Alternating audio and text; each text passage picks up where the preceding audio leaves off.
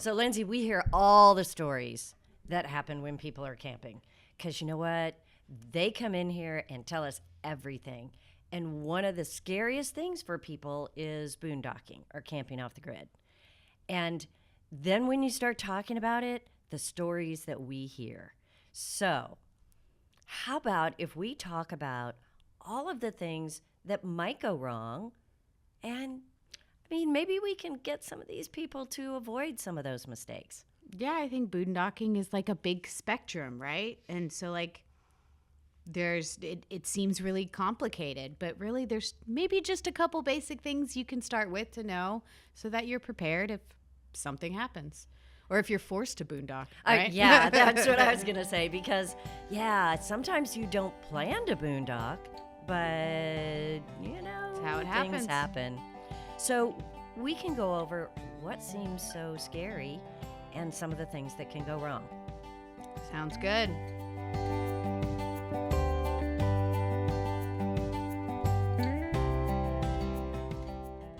Welcome to the RV Small Talk podcast, where we talk about trailers, both plugged in and not plugged in. We talk about truck campers. We talk about fun camping events. We talk about all kinds of stuff, and sometimes we talk about nothing. I'm Lindsay. And I'm PJ, and we are your hosts from Princess Craft RV. And today we're going to talk about boondocking. But before we do, we went to the rodeo last night. Well, it's rodeo time in Texas. That's right. I had so much fun. Me too. I haven't been to the rodeo in so long. I mean, wow. It was fun. Smells the same as I remember, though. It does. I was trying to explain to the kids what a rodeo smells like. No, that's so funny because when they were asking me what a rodeo is like, that's the first thing I said was what it smells like, and my son was like, "That's a weird way to describe something." And I'm like, "Yeah, I just described the smell, didn't I?" Just wait till you get there. Petting zoo and a dog show, and then all the animals at the rodeo, and the mutton busting, and the barrel racing. Barrel racing is so much fun to watch. It is, isn't it? Those horses are great. They skirt. It's crazy. You know what I love to watching on the barrel racing is on the overhead screen, they show right before they come out. Mm-hmm. Because you're like, oh, they're trotting along, and literally 2 seconds later, this horse comes bolting into the arena. Yeah, because I guess they're the only like rodeo thing that happened last night that was like based on speed. So normally they just like, you don't get to see before the gate, but that was really cool. They showed it before the gate, but it's all pretty much based on speed. It's just usually coming out of a chute. Well, there's a start, yeah. So you see the beginning. No, it was fun. And it was really fun. A concert and God, just a lot of animals and corn dogs. Rodeos animals are just and corn nice. dogs. And we all had junk food for dinner. It was Yeah, we did. spectacular. That is one of the best things. That $15 corn dog was amazing. It really was. It was a really good corn dog. I had nachos. Richard had a taco, and it was $50. Yep. Oh my gosh! But we're at the rodeo. Yeah, you get to eat it while smelling the rodeo. Just makes it better. It's true.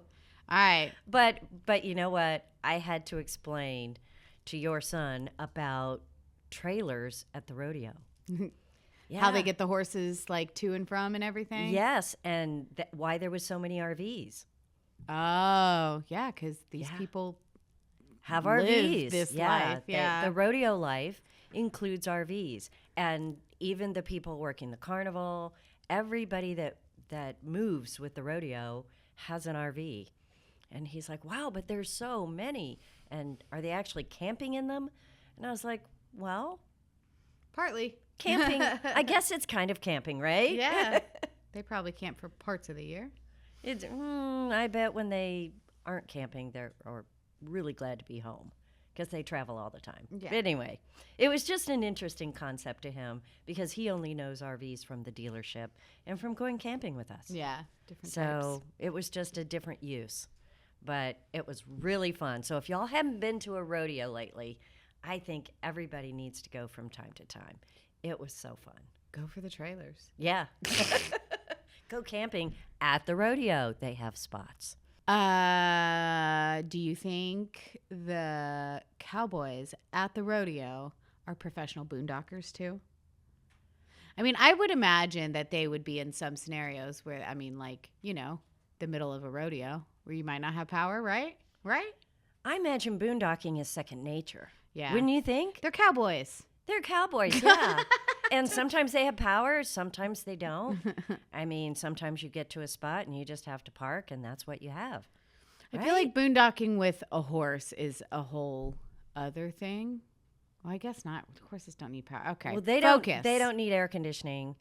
They don't need you to cook their food. No. But they do need water. And they need TV. Well, I had a horse that needed TV. You know that story. Yeah. I had a horse one time, guys, that I don't know why we didn't have a fence around our house, but our house was in the middle of the field.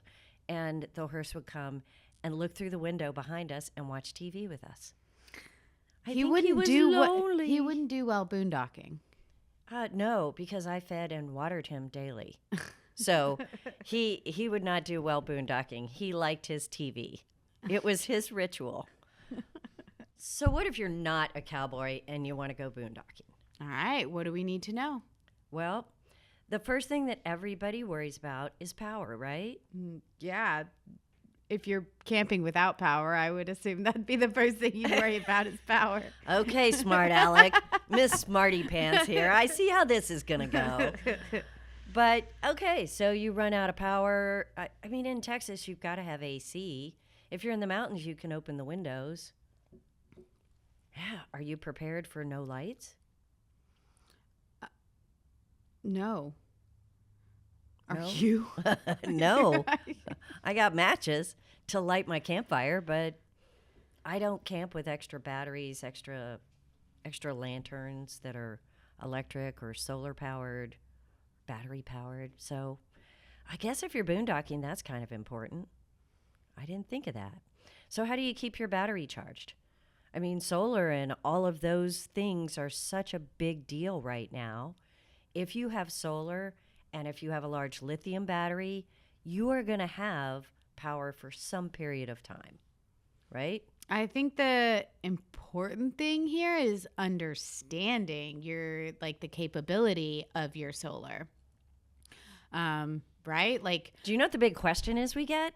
How much solar do I need?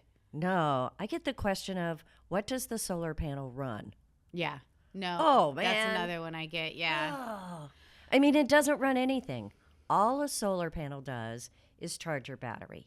So you're right. How much solar do you have, and how much battery do you have? Yeah. And understanding how long that will last you is a much more complicated question, and it's really individualized. Mm-hmm. So I think just like a basic understanding of how long can I run certain things. There are certain things that I think draw power that people don't think about as well. So when you're doing those calculations and saying like, okay, I want to boondock for this long, you might not be thinking about like the phantom draws. So like what's something that would draw power without somebody like realizing, okay, so like your AC, obviously, lights, radio, TV. What are we missing? What else? Well, all the monitors and all the little about your things your water pump. They're going to have a little draw, but yeah, the big things will be your water pump. Most people don't realize how much draw is on, say, a furnace when it starts it up. It's probably running on propane, but you need power to turn it on and off. So without power, you can't run your furnace or your refrigerator. So regardless of, even if your refrigerator is running on propane, you need battery power to tell it to turn on and off. So also correct me if I'm wrong, isn't that like a thing on the water heater too? Because a lot of water heaters run on gas, but they still need some battery power to start it. That's to right. Run on gas. They have a direct spark ignition. So if you have zero power, even if you have a gas water heater, it won't work. And your furnace won't work. Yeah, that sucks, y'all. And there is no controls to tell your refrigerator to come on and off. Right. So the battery is really important if you're boondocking. Now, if you're camping in a tent and just building a fire, great. No battery needed, right? So you can always revert back to those skills. You can If you always have to. become a caveman. You can. You can. Grab 2 sticks, you'll be fine. Is that right? But usually when you head out with your trailer, that's not what you're hoping for, Right. right? So I think it's like understanding your solar and your battery situation, like understanding what is on your trailer and then understanding what's going to happen to that. How long it's going to last you is Yeah. really what you need to know. Yeah.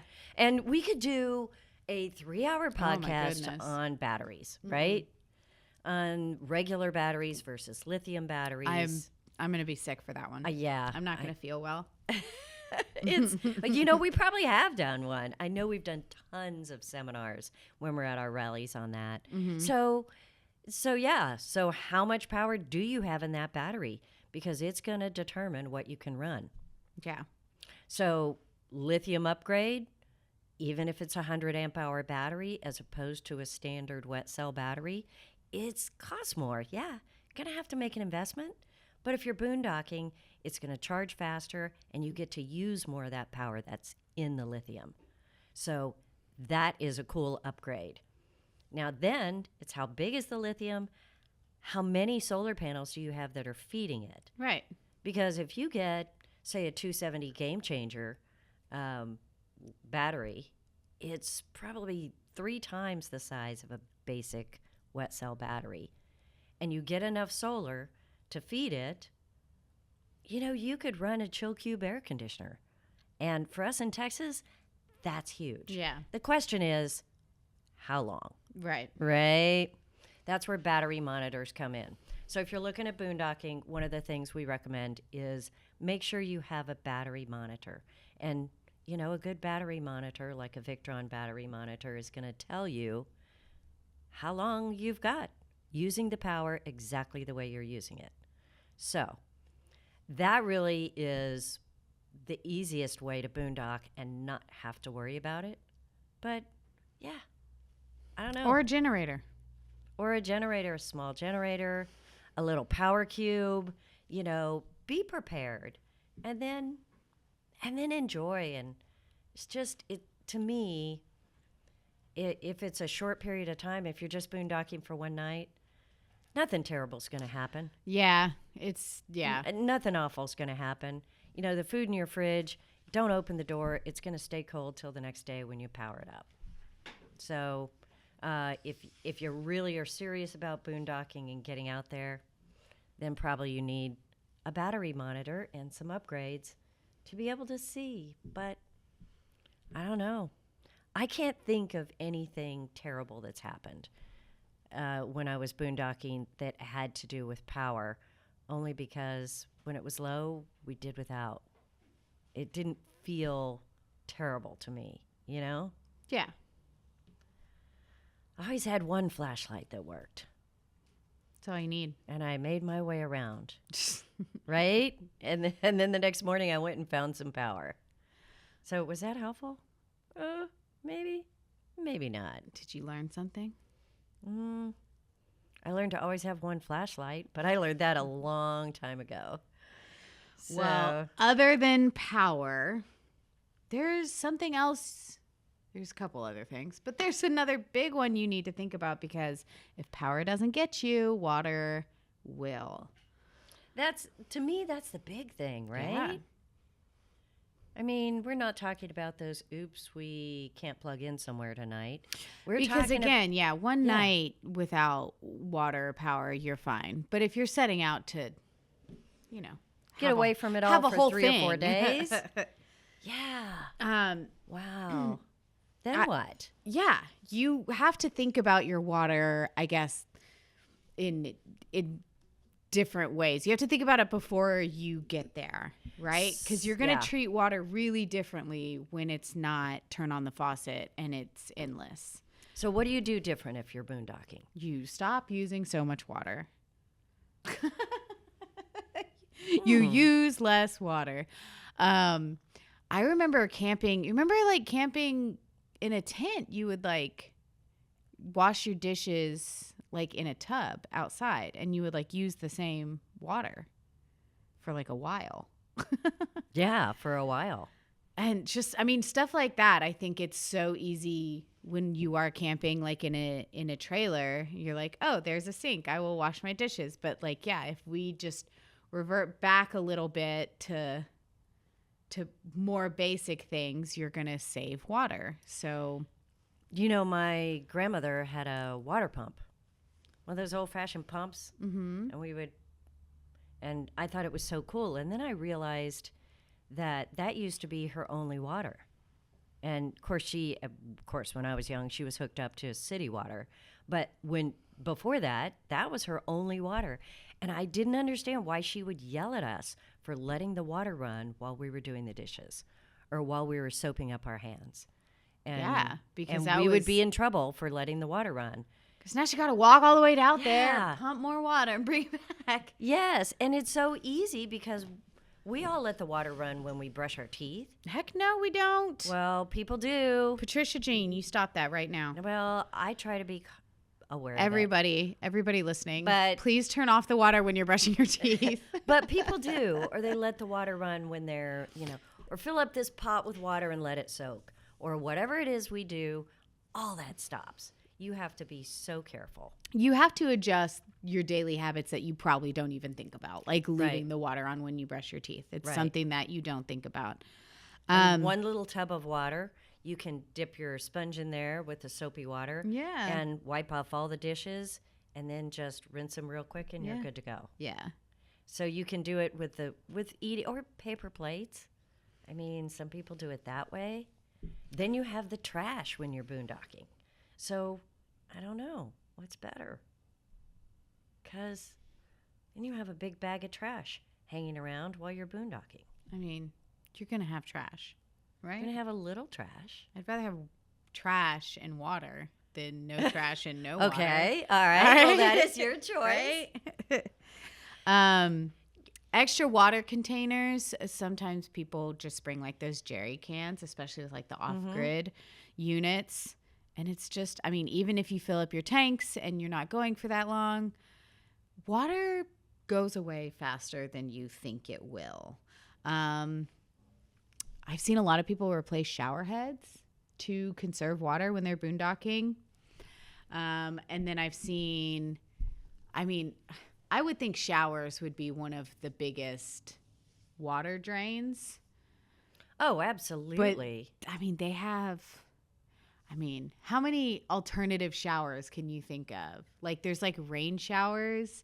There's shower wipes. There's military showers where you turn the water off. I mean, get creative with your showers, people. I think showers is the biggest drain. Yeah. The biggest drain on water for somebody who maybe is new to boondocking. Also, just ask yourself, do you need a shower? Do you need, like, how bad do you need a shower? Does every part of you need to be washed? So one thing that could be really helpful with water is kind of keeping tabs on it, right? So like at the end of each day or every couple hours, whenever, like just know how much water you have. Because can you imagine, on day 3, you're like, I'm doing so good. And then your water's gone. Like, you're screwed. So tracking your water and just thinking about all the little things we do, like that we can reuse water for or find a better way to do. If you're boondocking, always carry extra water because you may be surprised when you run out with your trailer. If you want to stay an extra day or two, if you have a jerry can or a couple of extra gallons of water, then really it's incredible how little water you need. Right. That way. If you plan it well. And as far as drinking water, that's the catch. You need to have enough water to drink with, to cook with. That's drinkable. Yeah. And so segment that water out in a different way. That is certainly the best advice for somebody who's going on a long boondocking trip. We've seen we've seen trailers here also kind of morph into like helping people boondock. You know, like units like Paws and MDC, they have like these humongous water tanks. Yes. That are really guarded, right, for being off grid. But then they also have like attachments for jerry cans and water and extra water. I mean, like they're building units for that. So that's really cool to see, because then it's less planning and thinking on your part, because you know, these trailers like MDC and Paws are like, all right, let's start with the water. So you've got to have water. And that is where they make these 25-foot off-road trailers with 90 gallons of water. Yeah. It's crazy. It's insane. And 90 gallons can last you a long time. Yeah. If you're careful and if you use it wisely. So it's pretty amazing. So I would say boondocking, water is the first thing. Be sure you have enough water. And then when you think you have enough water, get some more water. Get a little bit more water. All right. Let's talk about the mistake that can end your trip before it even starts. Can't happen. Really? End it before it even starts? Yeah, because if you can't find where you're going. Okay. The trip that never was, because you didn't know how to get there. Yeah, there's two types of boondocking. Okay. There's the planned and there's the unplanned. Okay. We're talking about, I actually want to go boondocking. I've picked out a spot. I've researched it. But if you're boondocking, it's probably not, you know. It's not on the highway map? Yeah, like what am I trying to think of here? It probably doesn't look like Vegas, right? With like flashing lights. Like here's the spot. Or the campsites where it says one way. Yeah. Turn here and restrooms this way. So you've researched all the signs. Your water and you've researched your power, but you got to research where you're going, and you have to research it enough to where you can get to it without cell service, because we're talking about boondocking here. So let's talk about gone grid. Okay, so how do you do that? Gone grid, is that Gone a thing? Can we make a new term? Can we create new English language here? Gone grid. Gone grid. Yeah, I mean, all right. So what are you what's the gonna trick? do if you get lost? I mean, MapQuest it, print it out. Come on. Wait, no, I think they have like Garmin's and stuff now. Well, some people do, but not everybody. Or you can print it out on MapQuest. That's still a thing, right? Google Map directions. I don't think I've seen that in a long time, Lindsay. Know where you're going. Know where you're going and know what to do if you be prepared for getting stuck in the mud, for making a wrong turn, for finding Bigfoot, arriving after dark. A lot of people are super surprised when they arrive after dark. And find Bigfoot? Yeah. No. They're pretty Do surprised. they find? I bet they would be. But did they take a picture? Because I have not seen the pictures. They did, but it was real blurry. Oh, of course. He was going so fast. I used to make, I feel terrible. I used to make fun of all these trucks and all of these trailers that have these big spotlights on them, because it's like, yeah, you just want to look cool. But if you get out there where there's no lights, it's obnoxious and useful. You can't see where you're going. Be both.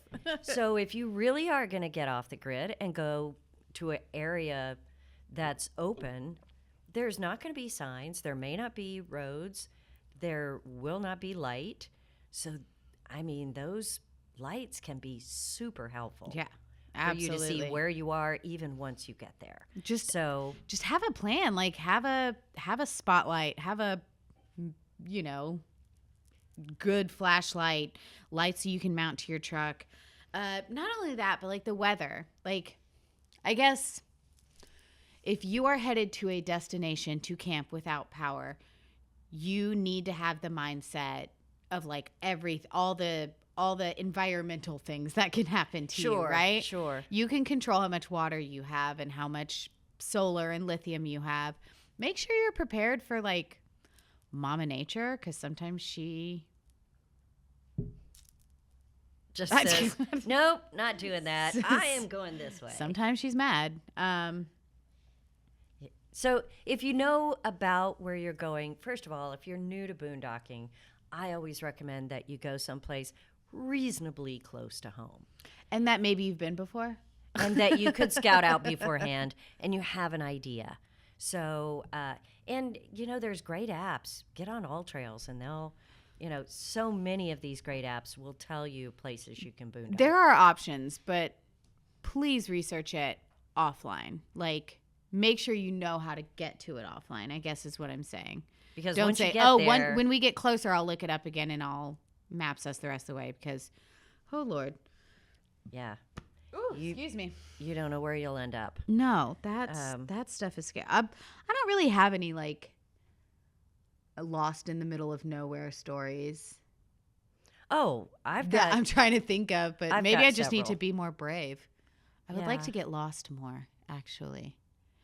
I just had a whole go down a epiphany. road, this long road that you think, oh, this will be fun. This is going to go to the middle of nowhere.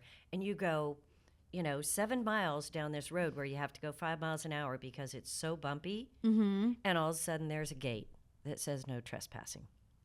And there's rocks on both sides. There's no place to go. I've done that. Man, I thought maybe I have needed done to that. get lost more, but I would definitely just cry in that situation, so I'm good. No, you I just, did. you just back up for a real long time. At 4 miles an hour. Yeah, it's crazy. That can happen. And, maybe for some people that's part of the adventure, right? Oh, yeah, I'm sure people love that. Yeah, they go. Some "Oh, people are boy, crazy, this is yeah. so exciting. Yeah. Who's our Mike? Yeah. Mike, our overland friend. I bet I can just see him in that situation and being like, heck yeah, this is so fun. What like an adventure. genuinely. Yeah. But it is an adventure to go someplace you haven't been before, so things can happen. So some things that you can bring to help you kind of navigate unexpected things when you're boondocking is things like an air compressor. Make sure you have a way to air up your tires because there's no Chevron next door. AAA is not going to find you, They'll okay? laugh at you. Yeah. Traction boards, leveling blocks, just stuff to help you get there and then set up on no matter what ground you're on, right? Because it's not going to be flat. It is simply not going to be flat. All right? You can just count on that. I don't think I've ever boondocked where it was flat. No. I mean, half the campgrounds aren't flat. I mean, I have some news for you. What? The earth is not flat. Oh.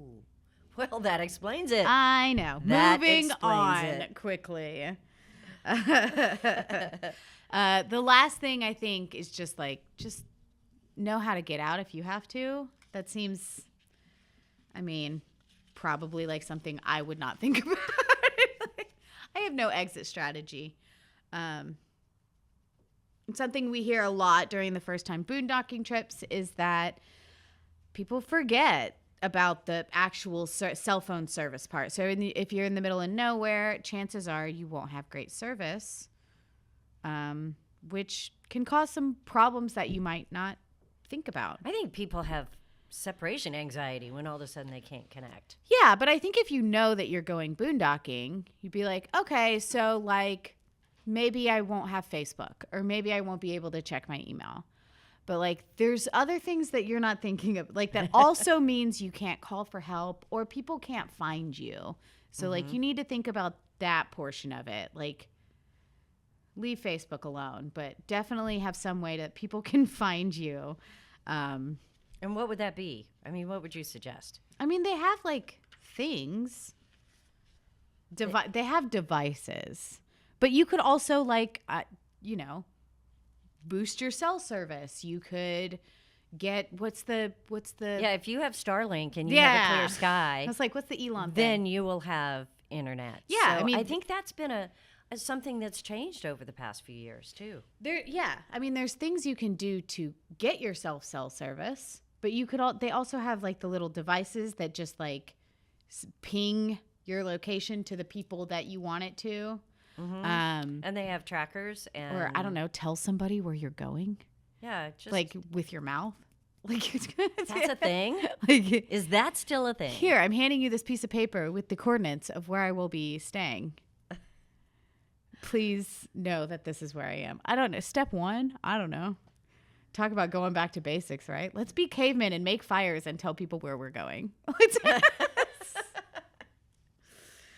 Well, you also have to have an emergency kit. I mean, if you don't have that in your trailer, then you really need it when you're boondocking. You need a road flare at least, like a Yeah. like a Roman candle. Yeah. Come find me. Yeah, or something. A lot of rocks to spell out SOS on the island. Oh wait, we're talking about boondocking. Not stranded on a 20 desert minutes island. into this, and Lindsay is totally lost I'm focus. I'm on a desert island at this point. Just SOS. Well, consider some way to communicate if you need to tell someone where you are. And, you just need to prepare a little bit. If you're planning more than a one-night oops boondocking, you just need to prepare with some of these things. And, what about being comfortable? Because most of us don't want to be, training in the military where we're going to completely rough it and see if we can survive in the middle of nowhere with nothing. We are going out there to enjoy being separate from the rest of the world. And you still want to be comfortable, right? I mean, I do love a good episode of Naked and Afraid. I know you do. It's also not what we're talking about here. You're right. Comfort is the difference between wanting to do it again and not wanting to do it again, right? Mm-hmm. Like, yeah, that was fun, but also miserable versus we did it. And I feel good. And I enjoyed it. So you have to plan for the hot and you have to plan for the cold. Yep. Even if it's in summer, if you get in certain locations, like if you go down to Big Bend, it can get kind of cold at night. Yeah, I don't remember when we did, like what part of the year we did our boondocking. It's not even a class. We did a boondocking event like years and years ago at Princess Craft, and me and Clint went out, and it was like I had never boondocked before. Mm-hmm. So yeah, I didn't plan for the hot or the cold because I don't know. I didn't think about I couldn't tell you. But it got really, really, really, really, really cold that night. I remember this. It got really cold that night, and I had my 2 small children with me, and I just remember huddling under the blanket. Like, it's that type of cold where it's like, just don't move. Like when you move, it's like awful. So we're all just like laying under the covers, not moving. And you're thinking, I'll never boondock again. And I'm thinking, I will never do this again. Yeah, like how do people do this? Like, how is this fun?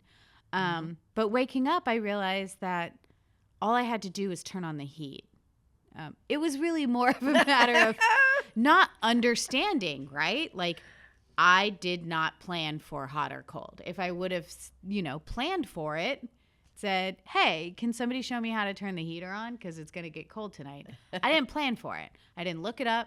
I didn't plan. I didn't care. I suffered.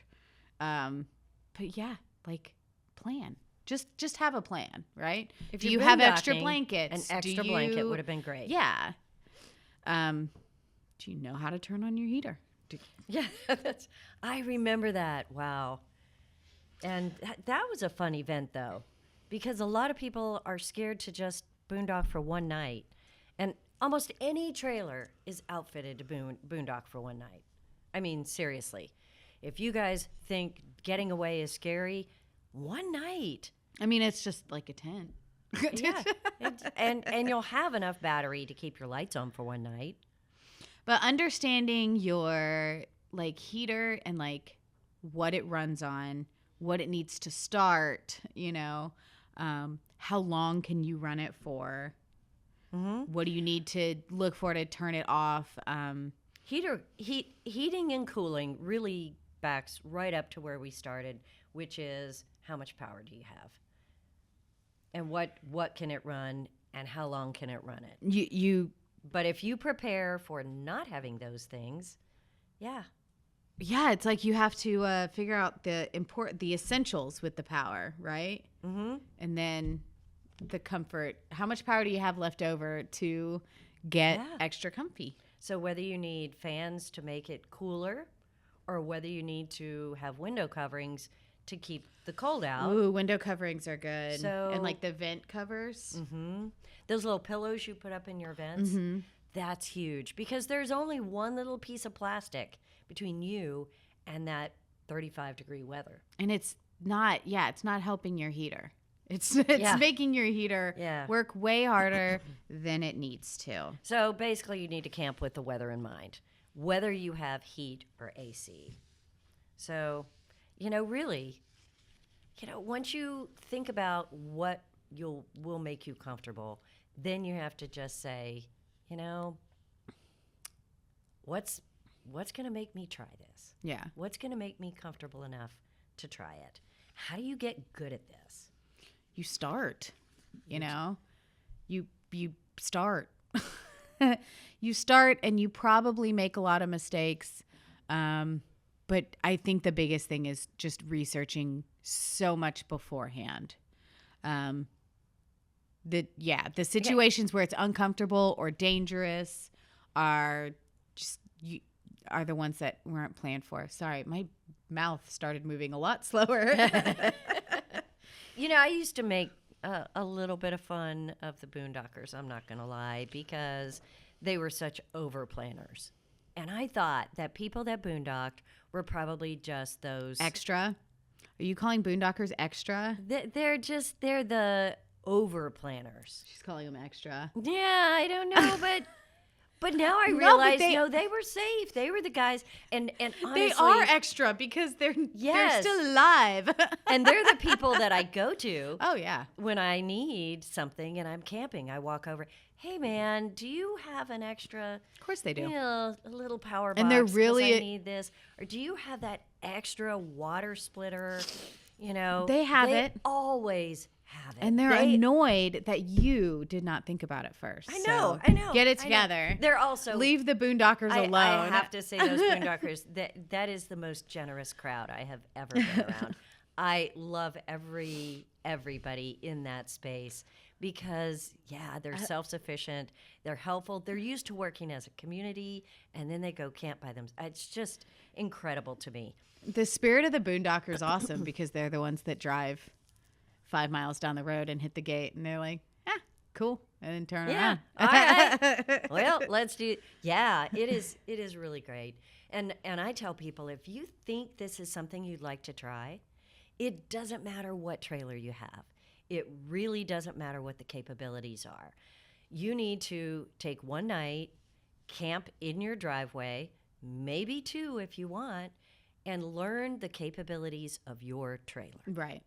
Learn how long you can go with the water in your trailer. Learn how long the battery will last if you don't plug in and what you can and can't run. Yeah. So Experiment right there in your driveway. And if you can't do it in a driveway because, we have the beautiful HOA, then go to a campground and just don't plug in. Mm-hmm. Don't hook up to the water. Just camp without plugging in and learn the capacity of your trailer because boondocking is something that every trailer is capable of. You just have to know what you've got to work with.